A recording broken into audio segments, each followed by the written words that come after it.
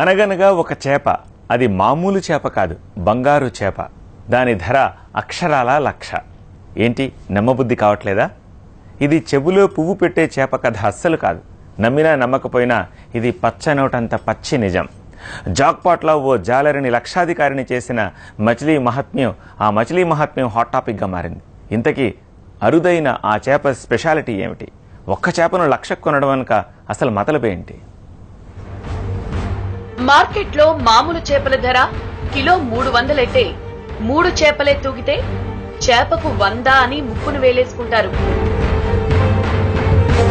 కానీ 1,00,000 రూపాయలు ధారపోసి ఒకే ఒక్క చేపను కొనడం అంటే అది వింత, విడ్డూరమా? అసలది సాధ్యమా అనే అనుమానాలు రావడం సహజం. కానీ ఇది అక్షరాల నిజం. ఓ జాలర్ దగ్గర ఓ వ్యాపారి ఒకే ఒక్క చేపను అక్షరాల 1,00,000 రూపాయలు చెల్లించి తన సొంతం చేసుకున్నాడు. 1,00,000 పోసి ఒక్క చేపను కొన్నారంటే ఈ మచిలీ మహత్యమేంటి? దీనికోసం 1,00,000 వెచ్చించడంలో విశేషమేంటి?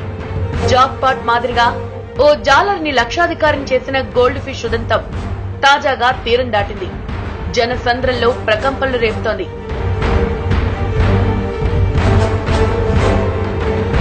పశ్చిమ గోదావరి జిల్లా సకినేటిపల్లి మండలం అంతర్వేది పల్లిపాలెంలో జరిగిన ఈ అరుదైన ఘటన అందర్నీ ఆశ్చర్యపరిచింది.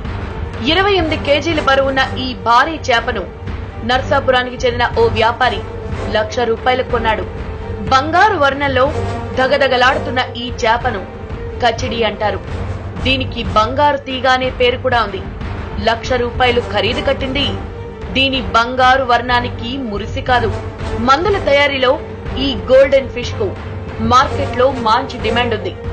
దీని ఉదర భాగంలో ఔషధ గుణాలు ఎక్కువగా ఉంటాయట. 1,00,000 వెచ్చించుకున్నారంటే దీనివల్ల ఎంత ప్రయోజనం ఉంటుందో అర్థం చేసుకోవచ్చు. సముద్రంలో చేపల వేటకు వెళ్లిన విశాఖ జిల్లా బంగారుపాళెం మత్స్యకారులకు ఈ బంగారు తీగ వలకు చిక్కింది. బరువు చూసి ధర కూడా భారీగా ఉంటుందనుకున్నారు. ఉన్న పళంగా అంతర్వేది చేపల మార్కెట్ కు చేపను తీసుకొచ్చారు. భారీ బరువున్న బంగారు తీగ కోసం వేలం మొదలైంది. కానీ వేలంలో ధర ఏకంగా 1,00,000 పలకడంతో జాలర్లు ఖుషి అయ్యారు. ఒక్క చేప 1,00,000 ధర పలికిందన్న బంగారు తీగ వార్త తీరంలోనే కాదు, అంతటా హాట్ టాపిక్ గా మారిందిప్పుడు. సముద్రంలో సుడిగుండాలే కాదు, గంగపుత్రుల భవిష్యత్తును సుడితిప్పే ఇలాంటి సంఘటనలు అడపాదడపా జరుగుతూనే ఉంటాయి.